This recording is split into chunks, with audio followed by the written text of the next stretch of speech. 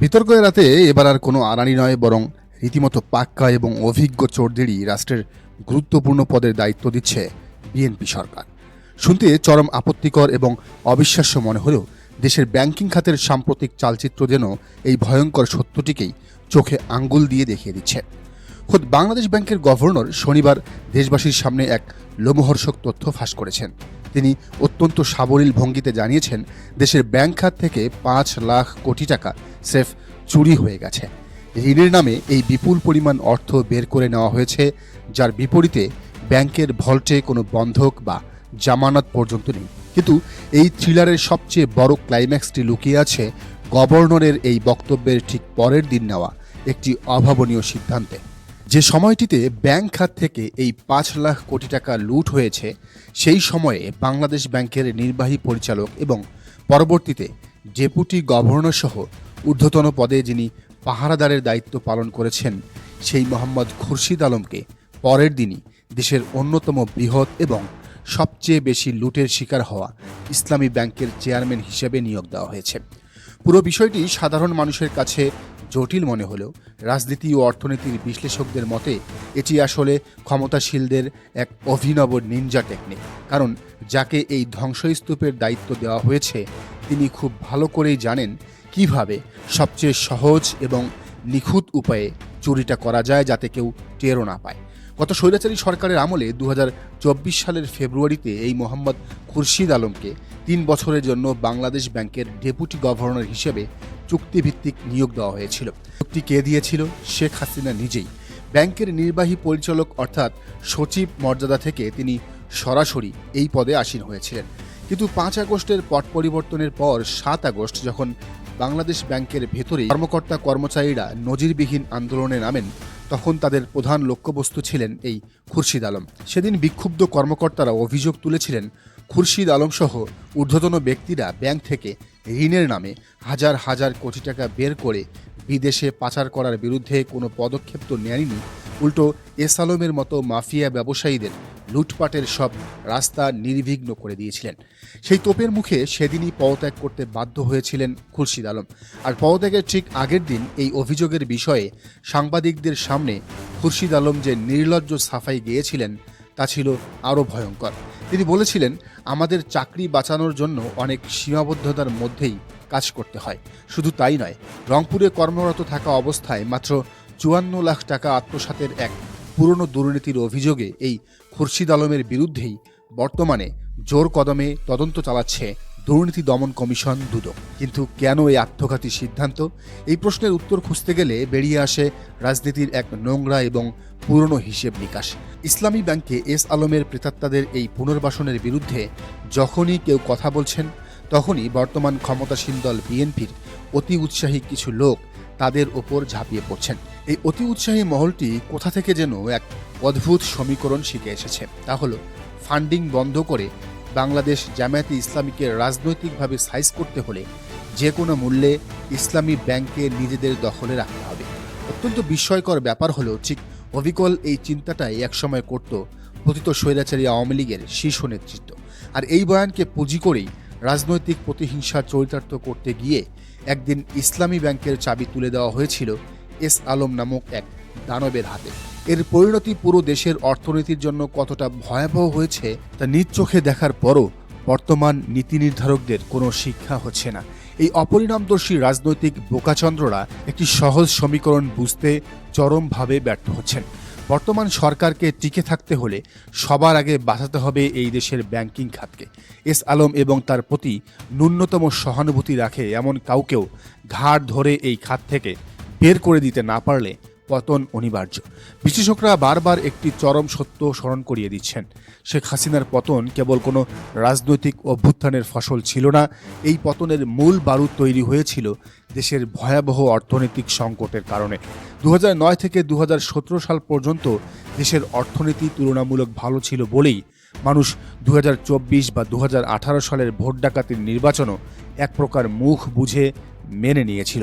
কিন্তু 2022 সাল থেকে যখন অর্থনৈতিক সংকট শুরু হয়, তখন প্রতিটি মানুষের জীবন জীবিকা চরম চাপের মুখে পড়ে। আর সেই ক্ষোভের চূড়ান্ত বিস্ফোরণ ঘটে 2024 সালের জুলাইয়ে, যখন বিক্ষুব্ধ মানুষ রাজপথে নেমে শেখ হাসিনার মসনদ চূর্ণ বিচূর্ণ করে দেয়। আর এই ভয়ঙ্কর অর্থনৈতিক সংকট কোনো প্রাকৃতিক দুর্যোগ ছিল না, এটি হয়েছিল এস আলমের মতো মাফিয়ারা ব্যাংক দখল করে ঋণের নামে লাখো কোটি টাকা বের করে বিদেশে পাচার করার কারণে। এই পাচারের ফলে দেশের অর্থনীতিতে এক ভয়াবহ চেইন রিঅ্যাকশন বা ধারাবাহিক বিপর্যয়ের সৃষ্টি হয়েছিল। দেশ থেকে বিপুল অর্থ পাচার হওয়ার কারণে রেমিট্যান্স ও রপ্তানির ডলার দেশে আসেনি, ফলে রিজার্ভে টান পড়ে, ডলার সংকট তীব্র হয় এবং টাকার মান হু হু করে কমতে থাকে। টাকার অবমূল্যায়নের কারণে আমদানি ব্যয় বাড়ে এবং জিনিসপত্রের দাম সাধারণ মানুষের নাগালের বাইরে চলে যায়। ডলার না থাকায় সরকার যথাসময়ে তেল, গ্যাস এবং কয়লা আমদানি করতে পারছিল না, যার ফলশ্রুতিতে শুরু হয় ভয়াবহ লোডশেডিং।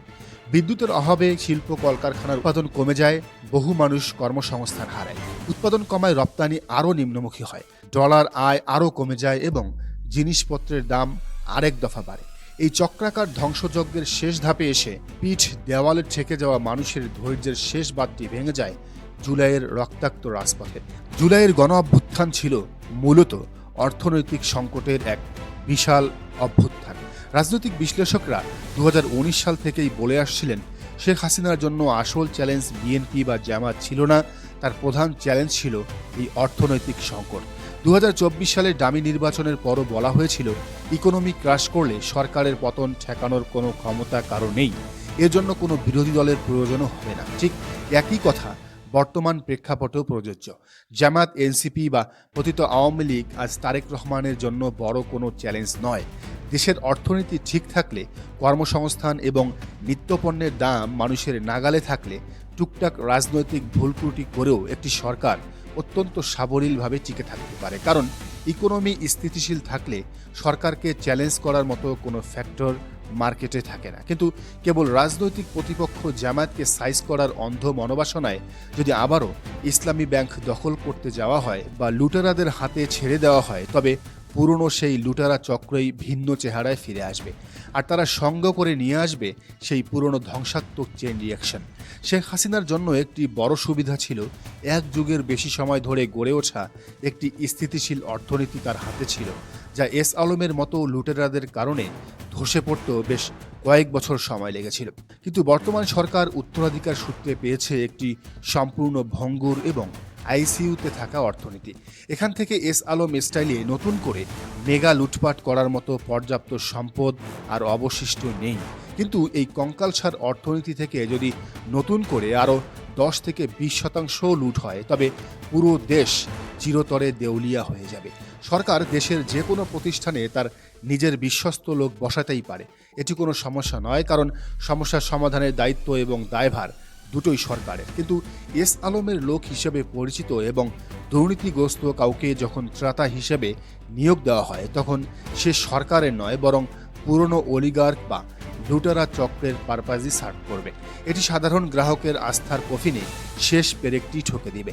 বাংলাদেশ ব্যাংকের গভর্নর যখন স্পষ্ট করে বলেন, ব্যাংক থেকে 5 লাখ কোটি টাকা চুরি হয়েছে এবং এর বিপরীতে কোনো জামানত নেই, এর সোজা বাংলা অর্থ হলো এই টাকা আর কোনো দিন কেউ ফেরত পাবে না। এদিকে ইসলামী ব্যাংকের এই নগ্ন দখলের চেষ্টার বিরুদ্ধে জামায়াতে ইসলামী ইতিমধ্যে তীব্র প্রতিবাদ ও নিন্দা জানিয়েছে। তবে ভেতরে ভেতরে শুরু হয়েছে এক ভয়ঙ্কর নীরব সুনামি। ইসলামী ব্যাংকের প্রায় 90% আমানতকারী যেহেতু জামাতপন্থী বা তাদের প্রতি সহানুভূতিশীল, তাই ঘরোয়াভাবে এবং অত্যন্ত গোপনীয়তার সাথে নাকি সেই আমানতকারীদের নিজেদের টাকা তুলে ফেলতে বলা হচ্ছে। প্রকাশ্যে এই নির্দেশ দেওয়াটা রাজনৈতিকভাবে দৃষ্টিকটু হবে বলেই এই সাইলেন্ট উইথড্রয়াল বা নীরব প্রত্যাহারের কৌশল নেওয়া হয়েছে। আর এর পরিণতি কী হবে? কোটি কোটি টাকার আমানত একযোগে তুলে নেওয়া হলে এই ব্যাংকটি খুব দ্রুতই তারল্য সংকটে পড়ে অন্যান্য রুগ্ন ব্যাংকের মতোই একটি কঙ্কালে পরিণত হবে। অথচ এই ব্যাংকটি একসময় দেশের ইতিহাসে সবচেয়ে সফল এবং শক্তিশালী আর্থিক প্রতিষ্ঠান ছিল যখন এটি পরিচালনা করত জামাত। পরিশেষে একটি ভয়ঙ্কর প্রশ্ন থেকেই যায়, বর্তমান ক্ষমতাসীনরা যদি রাজনৈতিকভাবে জামায়াতকে ইচ্ছে করে এইভাবে খেপিয়ে তোলে, তবে এর পরিণতি কতটা ভয়াবহ হতে পারে। জামায়াত হয়তো পতিত আওয়ামী লীগের ফিরে আসার ভয়ে এই মুহূর্তে বিএনপির পতন বা কোনো বড় রাজনৈতিক অস্থিতিশীলতা চায় না, কিন্তু ব্যাংক দখল থেকে শুরু করে অস্তিত্বের সংকটে ফেলে যদি তাদের পিঠ একেবারে দেয়ালে ঠেকিয়ে দেওয়া হয়, তবে বাঁচার তাগিদে তারা কি করবে? রাজনীতির এই চরম উত্তেজনাকার ছিলারে আগামী দিনগুলোতে অর্থনীতি এবং ক্ষমতার যে ভয়ঙ্কর খেলা হতে যাচ্ছে, তাতে শেষ পর্যন্ত কার পতন হয় সেটাই এখন দেখার বিষয়। দর্শক, বিষয়টিকে আপনি কীভাবে দেখছেন জানান মন্তব্যের ঘরে। আর এই চ্যানেলে নতুন হলে অবশ্যই সাবস্ক্রাইব করে বেল আইকনটি বাজিয়ে রাখুন।